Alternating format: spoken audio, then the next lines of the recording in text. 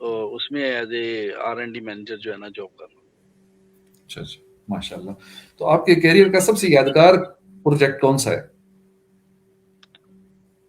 Project تو سارے یادگار ہیں، لیکن جو ہم نے فرسٹ ٹائم جا کر چائنا میں ٹریننگ لی 2000 آئی تھنک 17 میں، تو وہ ایک فرسٹ چانس تھا دوسرے ملک میں جا کر، اور وہاں پر ان کی ٹیکنالوجی اور وہ دنیا ہمارے سے کتنی ایڈوانس چل رہی ہے چائنا، اور وہاں پر کیسے کام ہو رہا ہے۔ پاکستان میں تو ہم کافی عرصے سے کام کر رہے تھے فیکٹری، لیکن جو ایکسپیرینس اور جو وہاں پر ان کا کام کرنے کا لائف سٹائل ہم نے دیکھا ہے، اس سے ہم بڑے جو ہے نا ایکسائٹیڈ ہوئے تھے کہ یار یہ لوگ ہم سے واقعی ترقی کرتے ہیں، کیونکہ ان لوگوں کا کام میں جو ہر وقت دھیان جو ہے نا وہ کام کی طرف ہوتا تھا۔ ہماری طرح نہیں ہے کہ بس جہاں موقع ملا اور وہاں پر سکپ ہوئے اور بیٹھے گپ شپ لگائی، نہیں، وہ 5 دن اگر کام کرتے ہیں تو وہ پورا ایمانداری سے 5 دن انہوں نے مکمل کام کرنا ہے، اور ان کو کسی کو اوپر سے چیک کرنے کی ضرورت نہیں ہے کہ بھائی یہ آپ یہاں پہ کیا کر رہے ہو، کیوں نہیں کر رہے کام۔ ان کو جو ٹاسک ملا ہے انہوں نے اس کو مکمل کرنا ہے۔ تو یہ ہمارے لیے جو ہے نا ایک بڑا ایکسائٹیڈ تھا شروع میں کہ یہ بھی لوگ ہیں جو محنت سے کام کرتے ہیں، جن کے بارے میں میرا خیال شاید قائد اعظم نے ان کے لیے فرمایا تھا کہ کام کام اور صرف کام۔ تو وہ ہمارے پہ جو ہے وہ پورا نہیں اتر رہا، کیونکہ ہمارے ملک میں ایسا کچھ بھی نہیں ہے۔ کیونکہ اگر ہمارے پاس آج بے روزگاری ہے تو اس کی سب سے بڑی وجہ یہی ہے کہ جس کو کام نہیں ملتا وہ کہتا کام نہیں ہے، اور جب اس کو کام مل جاتا ہے تو اس کی سب سے پہلی کوشش یہ ہوتی ہے کہ میں اب اس کو کتنا لیٹ کروں۔ لیبر کا ہمارے ملک میں جتنا زیادہ پرابلم ہے وہ ان دوسرے ملکوں میں نہیں ہے۔ لیبر مل جاتی ہے لیکن آگے کام صحیح کرتی نہیں۔ سر کام بھی نہیں صحیح کرتی، اور دوسرا اس کی کوشش ہوتی ہے کہ میں بس، وہ ایک مثال ہے، وہ کوڈ کرتا ہوں میں، وہ کہتے ہیں کہ ایک مستری کو ایک کھرا بنانے، نہانے والی جو باتھ روم ہوتا ہے اس کا ٹھیکہ مل گیا، اس نے اپنے پیچھے والوں کو خط لکھ دیا کہ مجھے نا کھرے کا ٹھیکہ مل گیا۔ تو وہ جو مالک مکان تھا اس نے کہا یار یہ تم کیا بات کر رہے ہو، کیا تم اس کا یہ خط لکھنے کا کیا مطلب ہے؟ انہوں نے کہا جی مجھے پہلا کام ملا ہے تو میرے گھر والے خوش ہو جائیں گے، چلو۔ مالک تو یہ سمجھ رہا تھا کہ ایک دن کا کام ہے، شام کو ختم ہو جائے گا، تو اس نے وہ خط پیچھے بھیج دیا، یا اس نے پیچھے ٹیلی فون کر دیے، جو بھی تھا۔ تو وہ شام کو پتا چلا کہ اس نے وہ جو فرش تھا کھرے کا، وہ اس نے فرش سے جو باہر والے برآمدے سے اسے 2 انچ اوپر کر دیا۔ تو وہ جو باہر کا پانی تھا وہ واش روم میں نہیں جا سکتا تھا، تو وہ ڈرین کا بڑا مسئلہ ہو گیا۔ انہوں نے کہا یہ کیا کیا؟ انہوں نے کہا جی اب غلطی ہوگی، اس کا کیا کرے؟ اس نے کہا اس کا حل کیا ہے؟ اس نے کہا جی ہم برآمدہ اوپر کر دیتے ہیں۔ وہ پھر انہوں نے برآمدہ اوپر کیا، پھر کمرے نیچے ہو گئے، پھر کمرے اوپر کیے، پھر وہ چھتیں نیچی ہوگی، پھر انہوں نے چھتیں اوپر کی۔ وہ تقریباً 1-1.5 ماہ جب اس کو وہاں پہ لگ گئے نا، تو پھر گھر والے کو سمجھ آئی کہ اوہو یہ جو ٹھیکہ تھا نا کھرے کا، اس کا مطلب یہ تھا، جو اس کو بعد میں سمجھ آئی۔ تو ہمارے تو جی یہ المیہ ہے بہت زیادہ اس میں نا، لوگوں کا جو ہے نا محنت سے جو ہے نا ہم لوگ بھاگتے ہیں۔ جو لوگ محنتی ہیں اور وہ اپنے کام میں جو ہے نا وہ کامیاب بھی ہوتے ہیں، اور ان کی مثالیں ہیں بہت سی کہ وہ ان لوگوں نے ترقی کی ہے اور آج وہ فیکٹریوں میں اپنی فیکٹریاں بنا کر لوگوں کو کام دے رہے ہیں۔ بالکل ایسے ہی ہے۔ تو آپ نے اپنی پروفیشنل زندگی میں سب سے بڑا چیلنج کون سا فیس کیا؟ ہماری دیکھیں جی، ہماری زندگی میں جو سب سے بڑا جو چیلنج ہمیں جو آتا ہے وہ ایک مڈل کلاس طبقے کو یہی آتا ہے کہ جب اس کے اوپر کوئی ذمہ داری پڑ جاتی ہے کسی قسم کی، کوئی شادی آ جاتی ہے بہن بھائیوں کی، یا مکان لینا پڑتا ہے، یا کچھ کاروبار کرنا پڑتا ہے، تو اس میں سے جب وہ اپنے آپ کو وہ پورا کر لیتا ہے تو وہ مطمئن ہوتا ہے کہ یار میں اس میں اب سرخرو ہو گیا ہوں۔ حالانکہ وہ ایک آغاز ہوتا ہے مشکلات کا، مدد تو اللہ تعالیٰ کی ذات ہی کرتی ہے، لیکن وہ تھوڑا سا اس میں جو ہے نا وہ پریشانی تو آتی ہے۔ تو آپ کے خیال میں R&D کا آج کے دور میں کیا کردار ہے؟ ہاں، R&D کا آج کے دور میں بھی بہت اچھا کردار ہے، لیکن یہاں پر کیونکہ وہ پاکستان میں لوگوں کو اتنی وہ سہولت نہیں ملتی، نہ تو اپنی سکلز کو آگے لانے کے لیے، اور نہ ہی ہمارے ملک میں اتنے وسائل ہیں کہ وہ آپ کو ریسرچ کرنے دیں۔ ریسرچ ہوتی ہے سالوں میں، اگر ہماری ڈیولپمنٹ میں یہ اصول ہوتا ہے کہ اگر آپ نے 1000 دفعہ کوئی پروڈکٹ بنائی ہے تو اگر اس میں سے 99 100 جو ہے نا وہ ریجیکٹ ہو جاتی ہے نا، تو ایک آپ کی ٹھیک ہوتی ہے، تو اٹس مین کہ آپ نے بہت اچھا کام کیا. لیکن کیونکہ ہمارے نہ تو وسائل ہیں اور نہ یہاں پر R&D ہوتی ہے، ہم لوگ ہر چیز جو ہمیں ٹیکنالوجی ہے وہ ہمیں دوسرے ملک سے لینی پڑتی ہے، اور وہ انہی کی جو ریسرچ ہے اسی کو ہم یہاں پر کاپی پیسٹ کر کے اور اس پہ اپنا کام کر رہے ہیں. ٹیلنٹ کی کمی نہیں ہے، نہ ہی یہ کہ لوگوں کے پاس اتنا علم نہیں ہے، سب کچھ ہے، ٹیلنٹ بھی ہے، علم بھی ہے، ریسرچ بھی ہے، سب کچھ ہے، لیکن صرف ان کو سپورٹ نہیں ہے، نہ گورنمنٹ کی طرف سے اور نہ ان کو گھر والوں کی طرف سے. فائنینشلی بھی سپورٹ اس کے لیے بہت ضروری ہے نا. اور یہ جو ملک جو قومیں ترقی کر رہی ہیں، یہ جاپان ہے، چائنا ہے، کوریا ہے، ان لوگوں کی جو جتنی بھی ٹیکنالوجی ہے وہ بیس آن اگر آپ ان کو جا کے چیک کریں تو ان میں آپ کو پاکستانی ایشیا کے لوگ نظر آئیں گے جنہوں نے یہ کام کیے ہوئے ہیں. نا آج آپ دیکھیں تو ڈاکٹر عبد القدیر ایک بہت بڑا نام تھا، ٹھیک ہے، جس کو امریکن بھی جو ہے نا وہ کہتے تھے کہ یار اس بندے کے پاس کوئی نالج ہے. تو یہ نالج اور یہ سب کچھ آپ کے ایشیا میں اللہ تعالیٰ کا کوئی خاص کرم ہے کہ پایا جاتا ہے، لیکن ان کے پاس وہ وسائل، وہ چیزیں نہیں ہیں جو حکمرانوں کی طرف سے ہونی چاہیے، یا ہمارے سے پہلے جو اشرافیہ گزرا ہے ان لوگوں نے جو نا کہ اس طرف غور ہی نہیں کیا.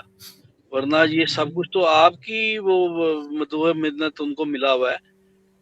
اگر آپ لوگوں کے پاس اتنا سب کچھ ہوتا ہے تو یہ لوگ آپ لوگوں کے ملازم ہوتے. ماشاء اللہ. آج آپ کے مطابق ایک کامیاب جو ریسرچر ہے اس میں کون سی خصوصیات ہونی چاہیے؟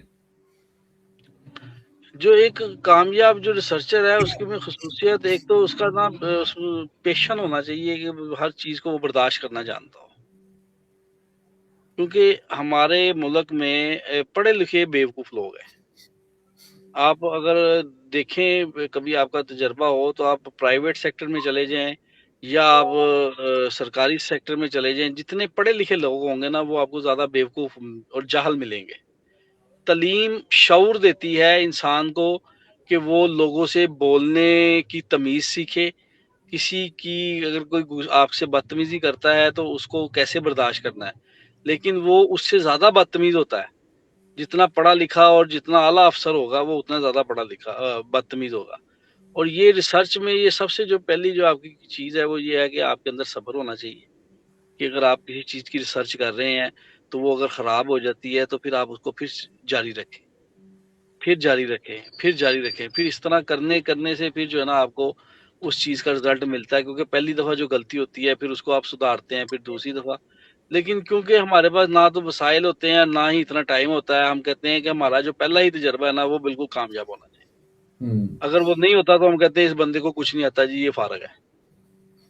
کیونکہ ڈیسیژن تو ہم فوری دے دیتے ہیں نا، سوری ٹو سے، کہ جیسے لوگوں کو پہ فتویٰ لگانا کافر اور اس کو مشرک، اور وہ ہمارے تو فنگر ٹپ پہ ہے نا، ہم تو فوری کہہ دیتے ہیں کہ یہ دوزخی ہے، یہ جنتی ہے، کیونکہ یہ تو ایسے ہی لگتا ہے جیسے یہ سارا معاملات ہمارے پاس ہے. جی ایسے ہی ہے. تو آپ کے خیال میں تعلیمی اداروں میں R&D کی کتنی ضرورت ہے؟ سر R&D تو بہت زیادہ ضرورت ہے. ہر ادارے میں ان کو ایک سبجیکٹ پڑھانا چاہیے جس میں آپ کو پروفیشنل لائف میں، جیسے یہ ریحان اللہ والا نے یہ کیا ہوا ہے، میں اس کو اس لیے لائک کرتا ہوں کیونکہ یہ آپ کو ہر چیز خود کرنے کو کہتا ہے. فار ایگزامپل جیسے اب آپ نے یہ ایک سافٹ ویئر کو جس میں ہم یہ اسٹریم پہ ہے نا، جی ریسٹریم ہے.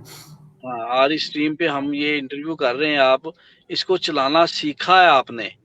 جی ہم نے فیس بک یوز تو ضرور کیا ہے، لیکن اس کو کیسے بناتے ہیں، اس کو کیسے آگے لائیو کرتے ہیں، وہ ہم نے کبھی نہیں سیکھا.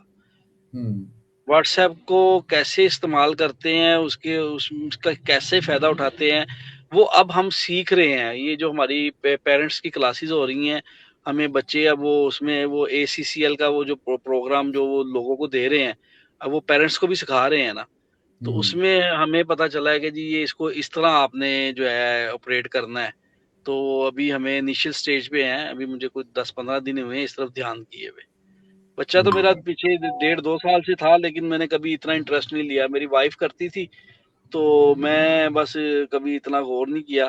تو اب وہ جب میں نے ان کی 1-2 بچوں کے پیپر تھے، بچوں کے لائیو اپنا پیپر تھے، تو وہ مصروف تھیں، گھر بھی دیکھنا اور وہ یہ سارے کام کرنا. تو انہوں نے مجھے کہا آپ دوپہر کی کلاس لیا کریں روزوں میں. تو میں نے وہ جس دن سے سٹارٹ لیا ہے تو میں نے محسوس کیا کہ یار وہ ہمیں واقعی ضرورت ہے. وہ جب کہتی تھی کہ جی آپ کو بھی وہ کہتے ہیں کہ پیرنٹس بھی لیا کریں، پیرنٹس میٹنگ میں بھی آیا کریں، تو وہ کہتے تھے اچھا جی ہاں جی ٹھیک ہے. ہم یہ سوچتے تھے کہ یار بھائی اپنا بچوں کا ہم کمائیں گے کہ یا اس طرف دھیان دیں گے، ہمارے لیے وہ پریفرنس تھا. لیکن جب وہ ان سے ہم نے یہ سیکھنا شروع کیا ہے تو مجھے تو اب تو احساس ہو رہا ہے کہ جی یہ میں نے جو 1.5-2 سال ضائع کیے ہیں، اگر میں نے ان کے ساتھ یہ اٹیچ ہوا ہوتا بچوں کے ساتھ شروع سے ہی، اپنے بچے کے ساتھ میں شروع سے اٹیچ رہتا، تو میرا خیال یہ گیپ جو تھا یہ ختم ہو جاتا.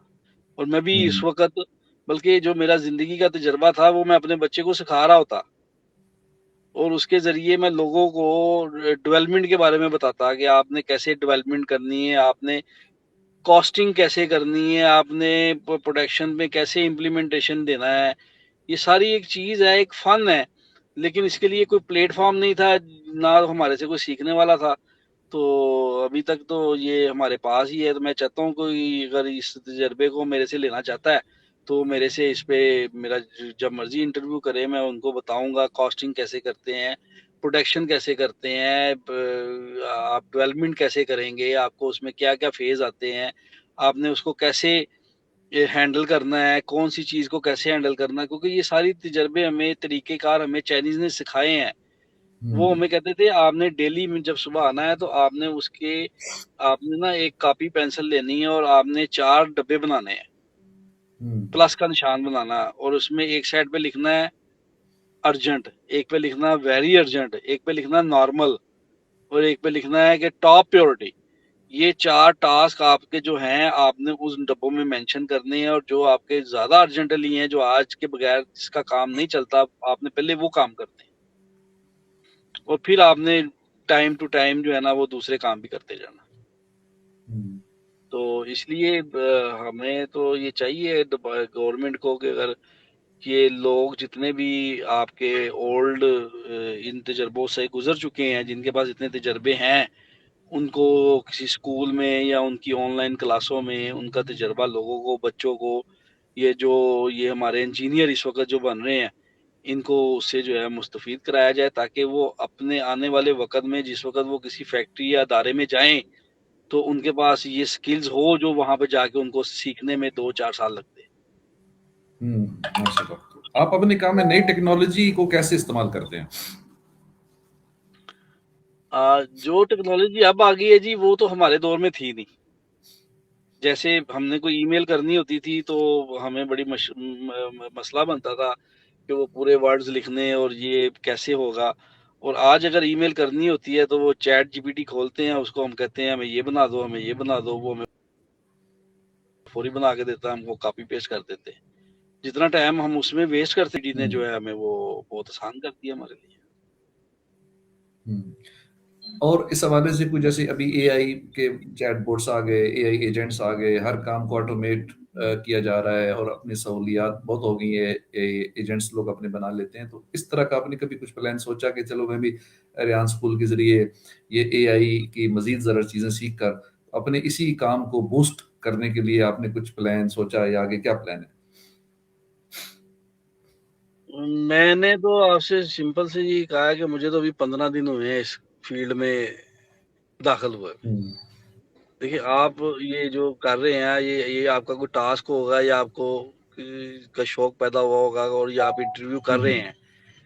میں نے ابھی تک کسی کا کوئی انٹرویو نہیں کیا. ہاں ایک میں نے انٹرویو اپنے بیٹے کا کیا تھا، گیون اور ٹیکن.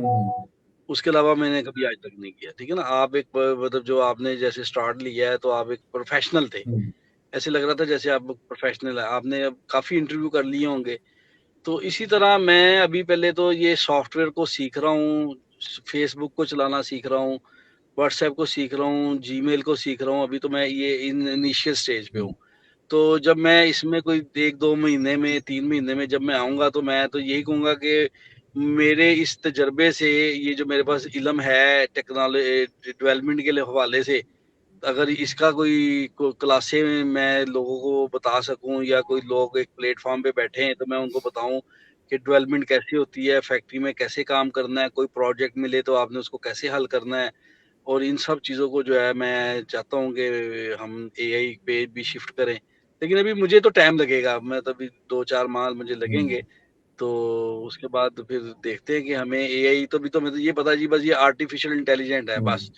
ابھی یہ پچھلے دنوں ایک ریحان سر ریحان کا ایک وہ میں دیکھ رہا تھا جس میں وہ اوپن کلا کے بارے میں بتا جی، رہے تھے، وہ اوپن کلا سافٹ ویئر آیا ہے، اس کو وہ ایک بدھو تھا، اس میں آپ نے اس میں واٹس ایپ بھی اٹیچ ہو گیا، پھر اس میں فیس بک بھی آ گیا، پھر وہ ساری چیزیں آ گئی، دیکھیں نا یہ چیزیں اگر اس میں ایڈ ہوتی ہیں تو اس طرح مجھے ہوں، پتا چلے گا کہ اے آئی کیا ہے اور اس کے میں کیا فائدہ کر سکتا ہوں لوگوں کا، یہ تو آنے والے دنوں میں پتا چل سکتا ہے، ابھی تو میں اس کے بارے میں کچھ نہیں بتا سکتا۔